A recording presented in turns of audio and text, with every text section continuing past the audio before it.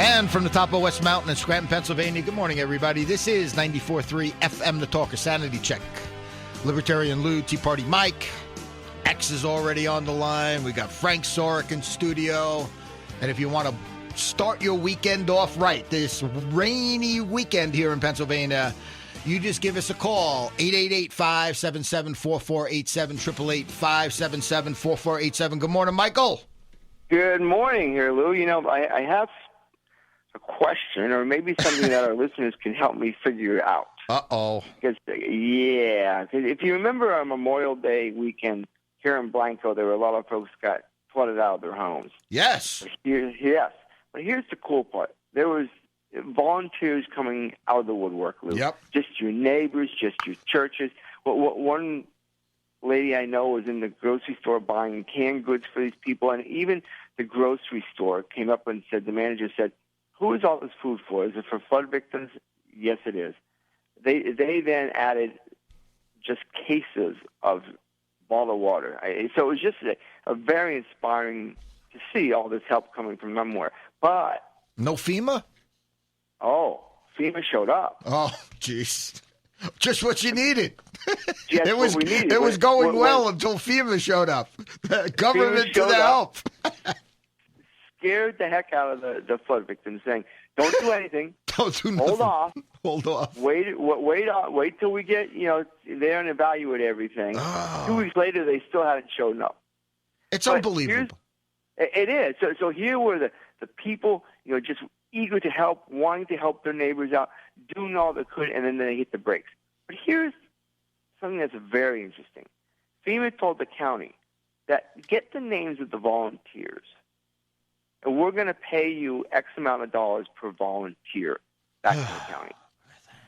Now, my question is, why would they possibly want the names of all the volunteers? What is the motive? And, I've been banging my head trying to figure out why do they, of course, they throw dollars at the government, and the government said, well, sure, we'll get the names, and that way we keep it organized. And we here at Blanco didn't need FEMA getting in the way. They were already ready to go and start gutting houses and start, they were having, big places like, Lowe's and all the other big Home Depots. Home Depots to volunteer so many of the products necessary to start getting these people back into their home. But FEMA showed up, and everything got screwed up. And still, I'm a little suspicious of why they wanted the names of the volunteers. I would have no idea why they would want that. But I was just going to say, we have our expert panel with us, Michael, Mr. X and Sorek. I know, that's great. That's why we have our experts come in, and right away he couldn't even help himself. He's jumping right in there. Go ahead. I know it. So let's hear from Sorek first, and then we'll ask from X. Maybe FEMA needs these names, Michael, because they're going to take that information, all of these names, and they're going to recommend each of those Good Samaritans for the I Believe Award. Yeah. Now of course he's going back to Wilkes-Barre. Come on, I believe. Yeah, with all of these kind-hearted people coming out of the woodwork, helping their fellow man. I mean, is it that hard to believe that FEMA would want to recognize these great people for volunteering, for standing up, and for saying, my neighbor won't go without, not while I'm here? I mean, if that doesn't embody an I Believe Award, I don't know what does. I got my own theory on this, Michael, but we'll ask from our other resident expert, Mr. X. Good morning, Mr. X. Lou, when it comes to this sort of stuff, governments and lists, always make me highly suspicious. So there must be some reason to their madness that sounds very innocent, but at the flip side, though, there's also, we got to code you, put you on a list for something, and I don't know what the long term will be, but I don't know if I'd be giving them my real name. Yeah, well, there you go. You're all a bunch of cynics. Shame on cynics, you. Right? Shame on you. I'm sitting next to the biggest cynic in the world here, and he's throwing stones at us. That we're cynics, Michael. How do you like that? Shame on all of you. Well, the thing is, it's the only time that the federal government has ever asked to find out if you're legal or not. Well, you got that. But once again, here it is that you must rely on government. You see, that's my theory, is that here's the seed that must be planted. Forget that you could rely and should be relying and most likely better relying on your neighbors and your local churches and your local community groups. But no, let's wait for government to come in, and they will pay you to volunteer. They'll pay you to help your neighbors. They'll pay the county, not you. Yeah, that's the other thing. Right? The county. They'll pay the county, right? But the county will take care of it. The county's going to host the next I Believe Award. I'm telling you, people. Oh, boy. So anyway, if you want to call in, you could feel in. Michael, last week we did something that we don't normally do, and we stayed on one topic pretty much the whole week. So there's all kinds of things that we haven't touched on here a little bit. The second segment, I definitely want to get into the Supreme Court, all the things that have been happening this past week. And I think in the third segment, Andy Ostrowski, I was told, make sure you pronounce my name the right way. And I said, what does he think? We're real radio people or what? I mean, what is this? No, he's expecting way too much. He's way too much. But we're going to be talking about the common grand juries and a bunch of other things there. But certainly, if you're listening and you want to jump in, 888-577-4487, we'll entertain any of your comments today. That's for sure.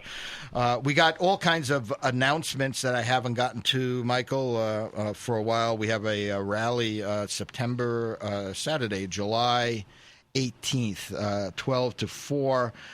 This is Fighting for Family Rights and Victims Abuse. Once again, you are not alone. And it's hard to get involved with all these things. Everybody's so darn busy. But I want to just make sure that we do announce this over a period of time. So if you do show up, it is important that not only the courts, but also your fellow, friends, resident people that have been, your neighbors, understand that you are not alone. So we're also launching, Michael, this week, and I was hoping to do it today at Founders Day. As I understand, Founders Day is still on. We do have a booth out there. I don't know how long we'll be there or how long we'll be able to set up. Our weather here, Michael, is a little touchy, so to speak. But our classified ads, we're starting a whole classified ad section in our newspapers. You'll be able to advertise in the Wilkes-Barre, Scranton, Quad, Carbon County, Berks, the South Jersey newspaper. That'll be starting up September 15th, and we believe more are on the way. But nonetheless, you'll be able to, sell some of your stuff. Frank was, once again, our local I shouldn't say cynic or expert, right? We were saying we happened to be talking in studio before we started, Mike and X, and I've been, I guess, told that I'm a hoarder, and of course John DiLiberto chimed in and said, well, you never know when you need it. And of course, Frank said, you can't find it when you do need it. You can't find it. And I said, since when does the truth ever matter? And once again, so this is Sanity Check. This is the place where the truth is supposed to matter. Lou, I don't know. There's something in your water supply out there in Factoryville or something. You're just not very positive anymore. You're cynical about everything. Listen, from the reason you hear this, Michael? FEMA wants to recognize these wonderful people up to, whatever you're hoarding in your barn. I have no idea at this point. Right. So now we have the classified ads, the Independent Gazette, the paper that gets read from cover to cover. So if you want to sell your stuff, this is the place to do it. Although, Michael, this month, it's all free. We're just getting this launched. So classifieds will be filled with everything in Lou's barn available for your viewing pleasure. Absolutely. All that hoarding comes to an end. No, I can't say it will be, but it's an organized hoarding, though, Lou. That's what people have to realize. You're organized. Thank you, Michael. You see, you're coming to my defense. You see, that's right. People are always picking on me. Did you ever watch the TV series Warehouse 13? That's Lou's barn. That's where they were filming this. It's not that bad, Michael. It is that bad. Okay. I've been in there. All right. We got a brainstorming mixer coming up. It's called Acres of Diamonds, and this is being held by Terry Martin and Mark Chamberlain. Terry Martin, of course, who started the Quad. This is coming up this Tuesday, and this is a brainstorming mixer. They're offering a $250 first place prize. Whoever comes up with the best marketing idea. So you could go to acresofdiamonds.eventbrite.com. Certainly, you could get in touch with us, but we'll be out there. I'm going to. I'll be throwing my suggestions in the ring, although I was told I was not eligible for the prize. I don't understand why, Michael. This is not my deal. I don't get it. But nonetheless, it's at 6 Bramer Terrace in Tunkhannock, and once again, that's Tuesday, June 30th. And it's only from 5 to 7. It should be a good time, so you could check that out if you're interested. And Michael, I mean, throughout, there were so many different things that have happened that I wanted to talk about. Certainly, over the last couple weeks here, some of the notes that I have put down about the. I know a lot of the Republicans are complaining that Fox News is planning on picking their candidates. I found that to be interesting, Michael, and X for that matter, that they're complaining that only 10 will be allowed to be on the stage. Certainly, we got a few things to say about that, but if you guys want to jump in a little bit about the what's happening with all the candidates, we could certainly talk about that for a moment. Well, I'll just jump in on this one, Lou. Real quick, obviously the number of candidates keeps expanding, and the idea that can we even trust any of these Fox polls to begin with from previous history? One of the big things that they're worried about now is that they're working on a law now to stop people from doing political surveys over the telephone. Right. So there's a big risk right now that, even any poll that you think of, how are they going to do this? Remember, they've been only sampling landlines. Nobody ever gets a political call over their cell phone line. I've never gotten one. If anything, it's always at the home when I've gotten these. And, of course, who's the difference between a person who listens to a landline as opposed to people that, have telephones? It's like asking people who have horses and who have cars nowadays. Well, so, it's interesting. Why don't they do something random? Like, why don't they just have 2 debates, with X amount of people in each one, and have them one night and one the other night, and then make it like a final 4 or something, so that you can bring it down to like a final 6 or whatever that number is that they determine. But again, you're back to this whole point of who's picking winners and losers. Right now you got Donald Trump polling at 10%, right? The corporations are picking winners and losers, and I kind of threw that out there because remember Fox and CNN and CBS and NBC, they're all corporations. So but that touches on another point. Frank, you're ready to jump in. I think Mike, you're ready to jump in. I have a question. If not for the polls, how else would we determine who is ranking high enough to make the debates? How about if you qualify and you throw your hat in the ring that you... But the stage is only so big, right? Fox News only has so many cameras. If they're saying we'll take the top 10 pollers, and these are the people who are most likely going to get the nomination, so we'll take those polling... Well, Fox has a history, if I remember correctly, of not always including everybody in their polling. Well, again, that stage is only so big. You have to draw the line somewhere. I know we brought that 10. Up about Rand Paul not too long ago. Listen, I know we said 10, but Rand Paul is in 10th place now. We got to cut it to 9. Unless they don't like all of those 10, and then it'll only be room for 7. Exactly, that's my point. And then there'll be room for 5 and all those things. Donald Trump has earned his place in this race for the White House as a man of significant accomplishment. Dr. Ben Carson himself, a GOP candidate in 2006, said Wednesday morning on CNN, Carson said he is happy to be potentially sharing a debate stage with Trump and that he welcomes him to the race. He's obviously a man of significant accomplishment, and we have a process whereby a whole lot of different individuals will have an opportunity to place forth their vision.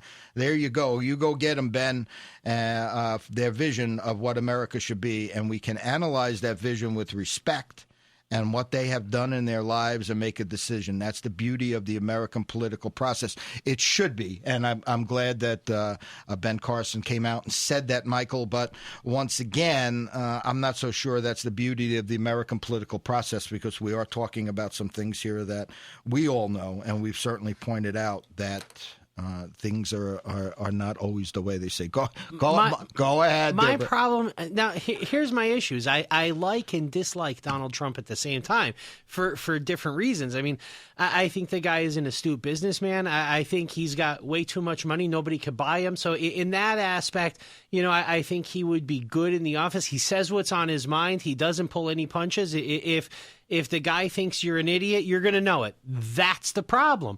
Because with something like that, and as much as I respect Donald for all of those reasons, I think he would be a terrible diplomat as president. Because so we need a career politician, Mr. Sorek. Not necessarily. Somebody that is politically correct in the office. I'm not saying that either. I'm saying there's things to like and dislike about Donald at the same time, and as sad as it is, he is in the top of the Republicans. Oh, I don't think it's sad at all, but that's my opinion. Well, I think Rand Paul would be, in my opinion, I think that would be the best choice. But the Republicans are not going to pick him, so in my opinion, Donald would be the next best. Michael, as you and Sorek.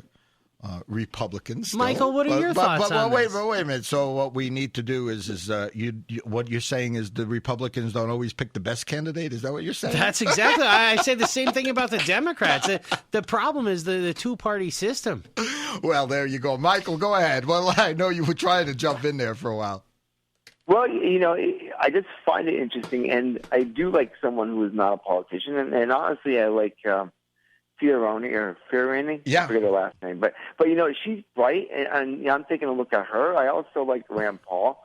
But some of these folks, we have to look at their history, and they're trying to make Jeb Bush out to be a conservative versus a moderate. Right. It all depends. I just look at the same old, and I'm ready for something new. And to take a look, and certainly as I listen more and more to Donald Trump, he really doesn't have a lot of substance to me. I'm glad that he's in the race, maybe, but he just has a couple talking points that he works on. So it is crazy to see one party that has one candidate and the other has, 15 now? So, I just begin to look and try to evaluate why that is. I mean, if I'm a Democrat, I'm kind of getting a little ticked because I think the best thing in government when picking a candidate is choice, and they are very limited in the Democratic Party. Hold, X, hold that thought. We're going to come back to this, and we'll take a quick break. You listen to Sanity Check on 94.3 FM, The Talker. Saturday mornings, 94.3 FM, The Talker. We'll soon shake your windows and rattle your walls, for the times they are a-changing. Oh, yeah, they're changing. Senators heed the call. Michael, I got Sorek here. He's hitting his head on the table. He does not. He does not like my choice of tunes. Wait a minute. It was relevant back in the 60s and 70s. We're everything is just going in cycles here. I don't know why we allow you to play that harmonica. Michael, you see, once again, I'm getting ticked on here right away. He's hitting his head on the microphone here. He's saying, he's holding his head. That's it. Our listeners have shut off their radios. In fact, they probably punted them across the room at this point. No, actually, we got a call right here. They're already waiting. Somebody got somebody aggravated right off the bat. I don't know who that would be. Good morning, Gary. Hello, guys. What's going on? You want to talk about presidential candidates? Tell us already changed his registration. Oh, jeez. We're still waiting for that. And Sorek is afraid you're going to pick on him. About the polls and the Fox debate, they have Jeb Bush running first. I have contact with a lot of people, and some of them still have land phones, and not one of them backed Jeb Bush. I have contact with a lot of people, and most of them are probably Democrats. Lots of them don't vote, but they want to see Hillary Clinton win, and the only reason they could come up with is she's a woman. Right. They want to see a woman. There you go. So Carly Fiorini makes a lot of sense. Yeah. And she sounds like she'd be a good candidate. I haven't heard her a lot, but it makes a lot of sense. But the same people that said they want a woman don't even check Carly out. And they can't say anything that Hillary has done other than she stayed with Bill through his numerous affairs. That's her accomplishment. Well, you get it. You got it there. I mean, that's going to be hard to do. Is what has Hillary done? That's what we want to know. Besides screwing the American public.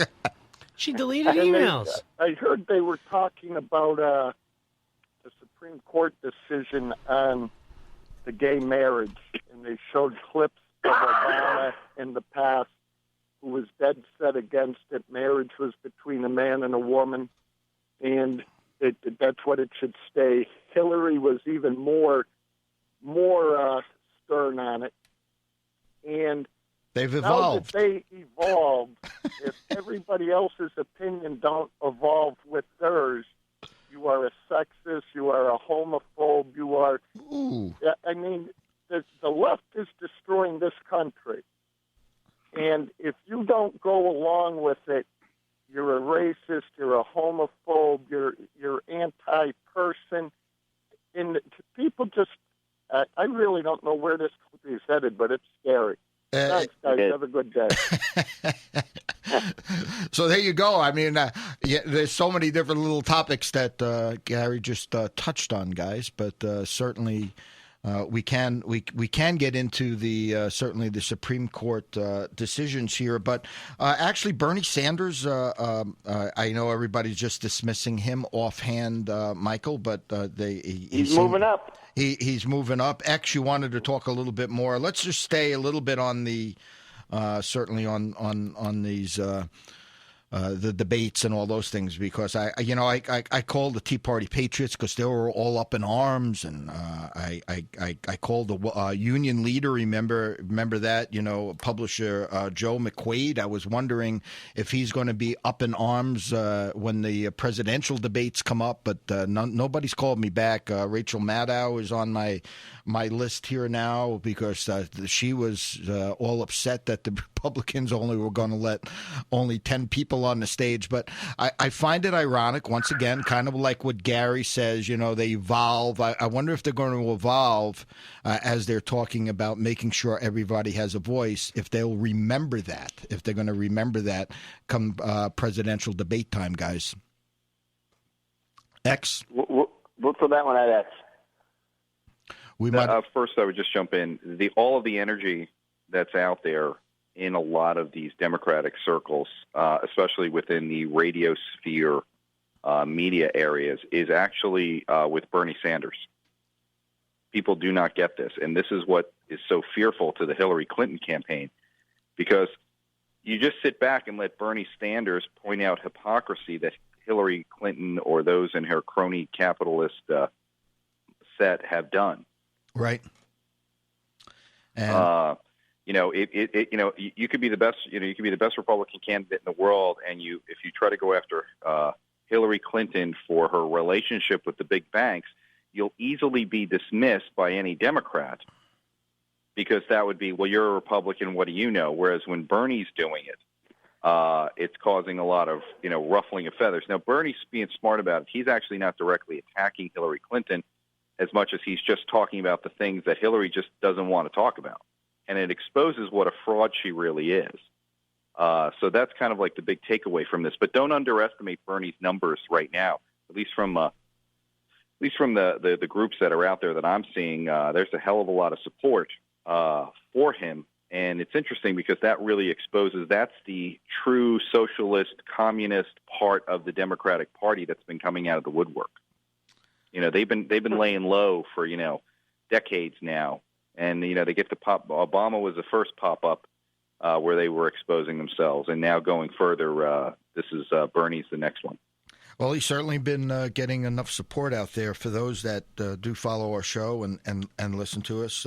They know I was with Governor Gary Johnson, a couple weeks ago, and the lawsuit filed Monday. There was a lawsuit filed this Monday in the United States District Court, Washington, D.C., challenging the FEC's treatment of the private Commission on Presidential Debates as nonpartisan, citing the Commission on Presidential Debates' use of polling criteria to effectively limit to only Republican Democratic parties. When I was with Gary and stayed at his house a couple of weeks ago, he mentioned to me, Michael, that the Republican Democrats need to sign a waiver to that they will not debate any third party candidate. And I found that I said, "Are you sure about that?" And he says, "I'm positive about that. You could take that out there." So we need to follow up on that a little bit. And these are some of the questions that I would hope the media would ask if they get any of the presidential debates. Have they been approached, or is it something that's demanded of them from the Presidential Debate Commission? Once again, Presidential Debate Commission is a privately owned 501(c) corporation by the Democrats and the Republicans, Michael. Well, Lou, it just looks, and I just keep going back, and you mentioned earlier about big corporations, how they've controlled our government and how they continue to control our government. And, you look at the way they're growing versus the way small business is growing. And, I'll give you an example. And everybody knows and has heard of CVS Pharmacy, who I used to work for. But they have just recently bought out all the pharmacies in every Target store. In the tune of billions of dollars. Wow. Yeah, so when you go into Target, eventually you're going to see the logo for CVS at the pharmacies. But, I look at that, and how does everybody in independent pharmacies struggle today to try to pay the bills? And this huge corporation is spending money like I've never seen before, Lou. And it just goes right back to what kind of deals, what kind of favors are being made to give them the cutting edge, to make them profitable, continue to spend and spend and spend. And, it just goes right back to corruption within our government, and our representatives are willing to be paid off to do the political favors. And it just really frustrates me as a one-time independent pharmacy owner and small business. And so these are the advantages that are being taken from both parties, Lou. They're all bought and paid for before they even hit the stage. And all the stuff that's happened, even this past week, I know a lot of people are up in arms about the Supreme Court rulings. And once again, you're following the Constitution, you're not following the Constitution. But I got to tell you, I mean, this all comes back to us. I mean, maybe not people that listen to this show much, and only because I know many of us are very active in doing what we're doing. But at the end of the day, we do turn our eyes. I mean, why is everything getting licensed? Why is everything that we do need to be licensed? When we bring up the fact, and Micah, I get the hate mails, when we kind of tongue-in-cheek, is Senator Baker going to use the Republican playbook to be sworn in on instead of the Bible when we're talking about free and equal elections, and all of a sudden you get the calls and the sneers and saying, how dare you say these things? Well, these are the things. I mean, when we don't follow the Constitution, when we don't follow the rules that we're supposed to be following, I mean, it's very clear, free and equal elections, and yet so many of us just dismiss it. Why am I not allowed to vote in the primaries? Oh, that's okay. No big deal, is it? Oh, just the way it is. Well, guess what, guys?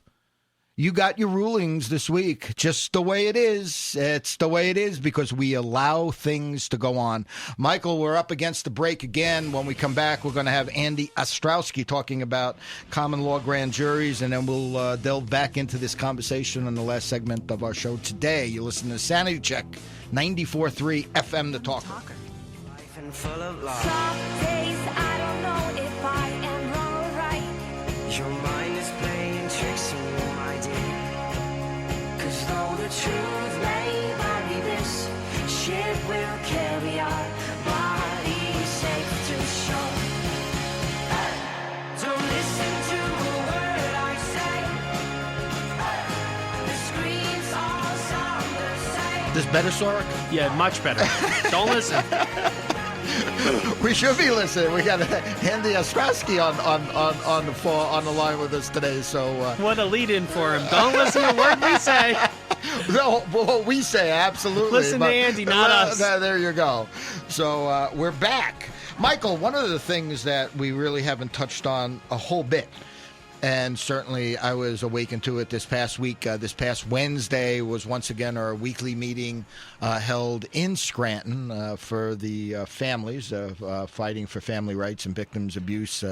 That meeting is held at the Elm Park Church in Scranton once a month. And the conversation came up about citizen grand juries, and I had an email from Andy. I am a strong supporter of the common law grand juries and believes that this is the way to go, and I believe it should be done.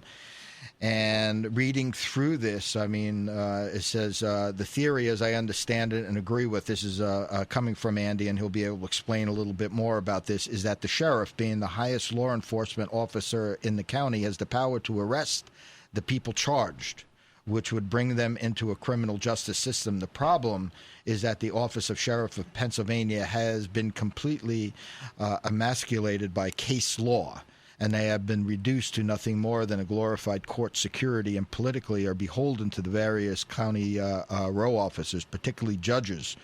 So we are not likely to get a sheriff to arrest any one of these charges, particularly in Pennsylvania.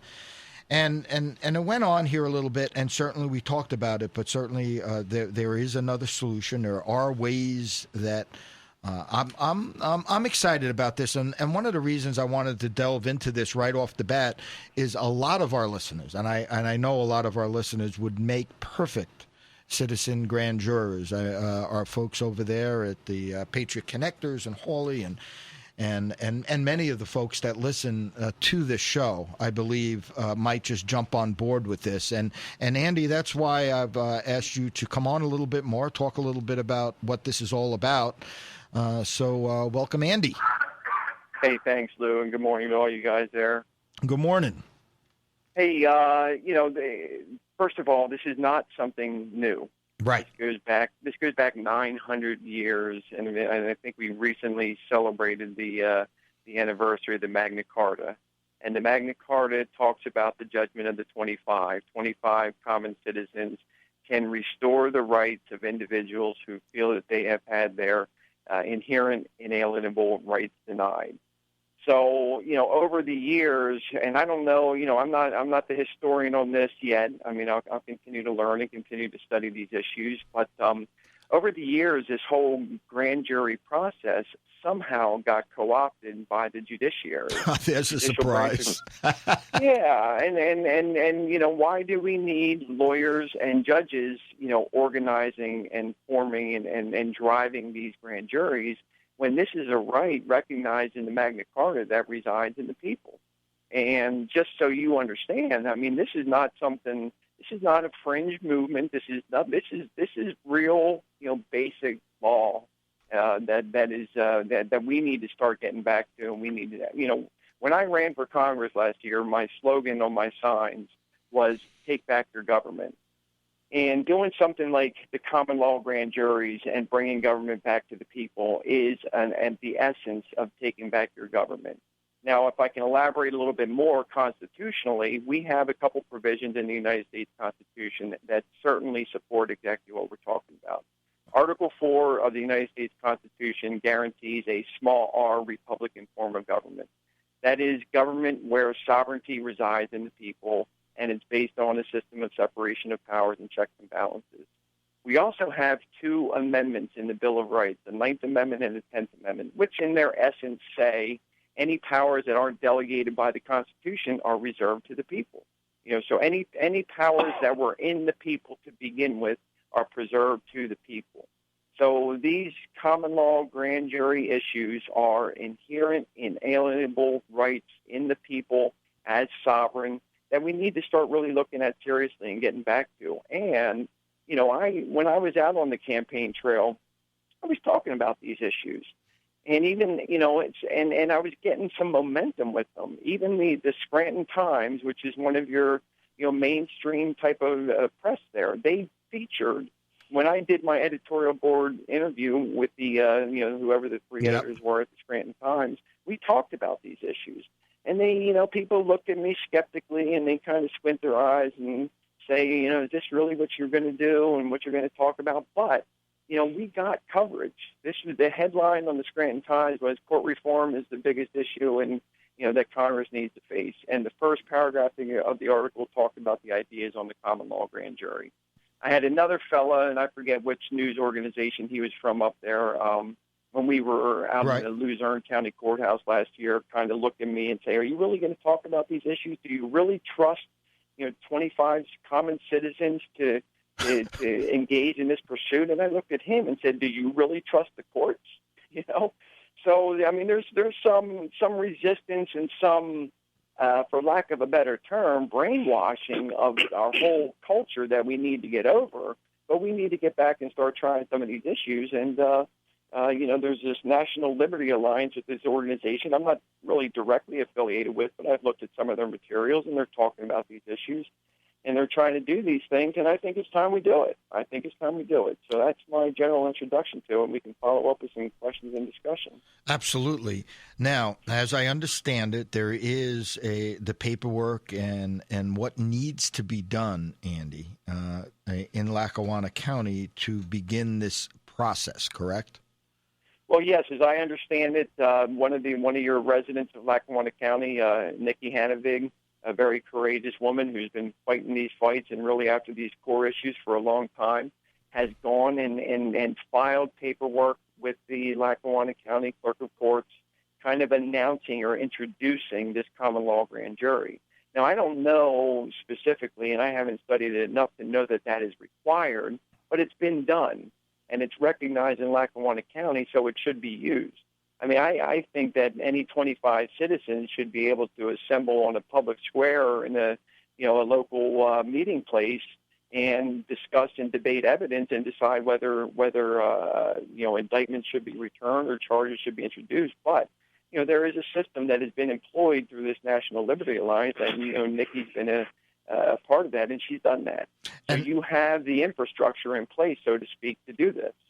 So as an example, what we would do, and I think we're moving ahead with this, certainly now that we have the Freedom House set up there in Shopin, and we have some things going on there. So what we're looking at, Andy and guys, is that the first thing that needs to get done is assemble 25 folks, right? And let's just try to keep this as simple as possible and lay this out for everybody. So what we need is 25 ordinary citizens to start looking at certain evidence that might be brought to support a charge, to record the vote between the 25 folks, and then file the paperwork with all those formalities. You kind of put that in your outline here, and then.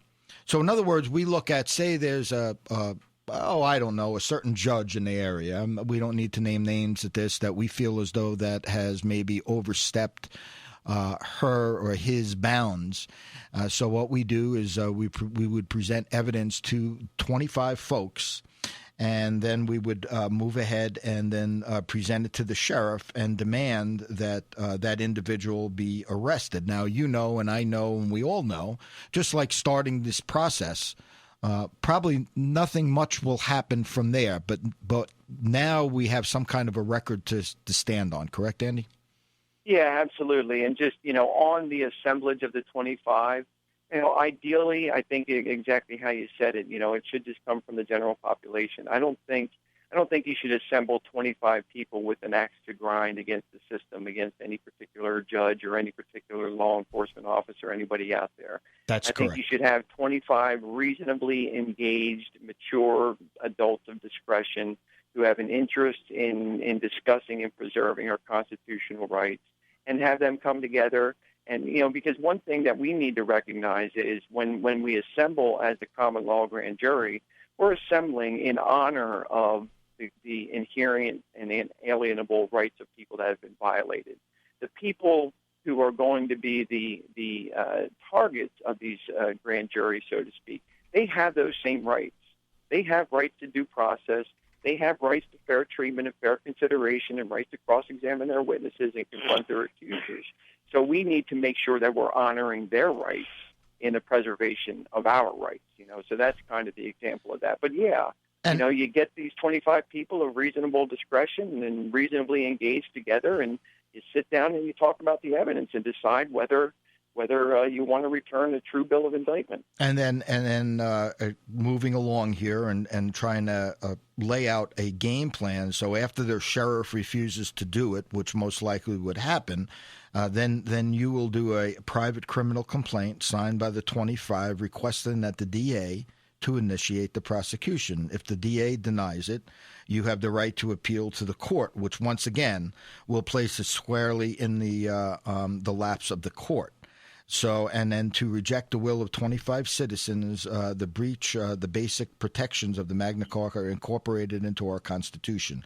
If the DA sits on it and does nothing, you move forward and say we could file a mandamus in a Commonwealth court directing him or her to perform his mandatory duty. So this is kind of the game plan here. Andy, we're going to take a break. When we come back, I want our guys to ask some different questions, maybe lay this out a little bit more so our listeners and myself and everybody else has a little better idea exactly how this process is going to move forward here in Lackawanna County and our local communities here. You listen to Sanity Check on 94.3 FM The Talker. 94.3 FM The Talker. This wave is stringing us along. Just know you're not alone, 'cause I'm gonna make this place. You're not alone. You listen to 94.3 FM The Talker Sanity Check. And you got Frank Sorek in studio that will take care of everything. Michael, a couple questions for Andy, but certainly, and we want to start throwing this stuff out there. Frank just mentioned at break here the powers want nothing to do with this, and obviously, Frank, because too easy to bring them down. It's going to be too easy to bring them down. And another thing that's kind of the light bulbs kind of coming on here a little bit, Michael and X and certainly Andy is that maybe some of the things that we've been concentrating on, maybe we should twist gears here a little bit, and maybe we should start looking at individuals running for sheriff that will actually do their constitutional duties. And what do you think about that, Andy? I think that's a brilliant idea, and I think that that's why they got me on this show. All right, I have to stop you guys. We have plenty of people out there listening right now who are behind these ideas, who have an understanding of what's involved here. And actually, that authority and power of a sheriff is huge. And I just give one example outside of this whole grand jury process. In fact, there was a guy named Jim Traficant who was a congressman from out in Ohio who recently passed away. I met him and I've talked to him a couple times. And his claim to fame and what put him on the public stage was he was a sheriff. And maybe back in the 80s or whenever he was a sheriff, he was refusing to go forward on bogus foreclosures. And we have this going on all over the country. Every sheriff out there is the instrumental part of these bogus foreclosures that are going on. And if a sheriff stepped up and said, no, wait a second, you're asking me to go out and throw someone out of their house, I don't see that he has provided or she has been provided with due process. I refuse to do that. So you find a sheriff, a candidate for sheriff who's willing to talk about these issues and has the courage to get out there and stand by their convictions and the meaning of the role of the sheriff and abide by the Constitution. And you have an immensely powerful local office. And, it gives you a platform and a forum to talk about all these things, too, in the public debate. So that's something I think that, all kinds of people should start getting behind. Do it all over the state, all over the country. One of the things, Andy, too, is as we lay this out, so you have call for sheriff, huh? No, I'm not. But we do have some good folks, and you know what? I won't dismiss that one either, Andy. Actually, I mean, because as I'm learning, and we say this all the time, the more I get to know, and the more I realize how uninformed I'm at. I really am. I say it all the time. And I do believe that most of us are probably on the top of the food chain when it comes to information. And when you realize how still uninformed we are, what the heck does that do to the rest of the population out there? And it's a scary, scary, scary situation that we're in. And one of the reasons I believe is that, we've been able to be hoodwinked by all of these things that are going on. So getting back to laying this all out, and guys, jump in with any questions that you have for Andy, because I think it's important to try to keep this as simple as possible. So one of the first things that we need to do is get 25 folks that are willing to even look at this process, Andy, right? And I know that you have and will volunteer your time to kind of lead this effort a little bit. We could use the Freedom House in Mashopin as a meeting place if that's what we choose to do.